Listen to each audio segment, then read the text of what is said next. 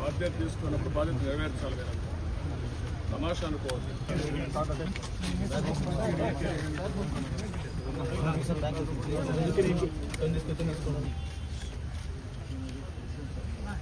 రిటర్న్గా ఇచ్చారా? ఏమి ఇచ్చావు? కాపీ అండి చూడు, గేటే కదా, ఆ గేటు ఈ గేటు ఉంది. ఒకవేళ ఆవిడ తీసేపోవాలంటే ఈ గేట్ వాడచ్చు, ఈ గేట్ వాడచ్చు. ఆ గేట్లో ఎందుకు తీసుకోవాలి?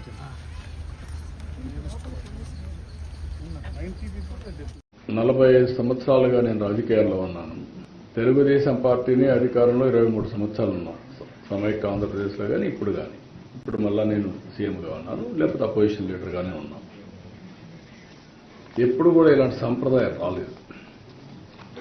నేను కూడా మిస్ అయ్యాను. ఈరోజు తిరుపతిలో టోకన్స్ ఇచ్చి అక్కడ సరి అయినటువంటి సెక్యూరిటీ మన వాళ్ళు పెట్టారు, కానీ ఇంకా ఎక్కువ ప్రికాషన్స్ తీసుకోవాల్సింది. అందరూ బాధపడేది ఏంటంటే, మేము వెంకటేశ్వర స్వామి దగ్గరికి వచ్చాము, తిరుమల పైన ఉండే తృప్తి తిరుపతిలో ఉంటే మాకు రాదు అనేది ప్రగాఢమైన ఇది. కొన్ని సమస్యలు అప్పుడు చేసినట్టన్నీ కూడా ఇంకా వెంటాడుతున్నాయి. ఇప్పుడు ఉదాహరణ 10 రోజులు ఇప్పుడు తీసుకున్న నిర్ణయం కాదు, అప్పట్లో తీసుకున్న నిర్ణయం. నేను వెంకటేశ్వర స్వామికి ఏకాదశి రోజున ఒకరోజే మనకు దేవుని దగ్గరికి పోయేవాళ్ళం. అది కొంచెం స్పిల్ ఓవర్ అయితే ఇంకొక హాఫ్ డే వచ్చేది. ఆ రోజు పోతే మనం స్వర్గానికి పోతామని నమ్మకం ఉండేది. ఇప్పుడు 10 డేస్ అంటే కన్వీనియంట్ ప్రకారం వెంకటేశ్వర స్వామి ఇది చేయడం కరెక్ట్ కాదు.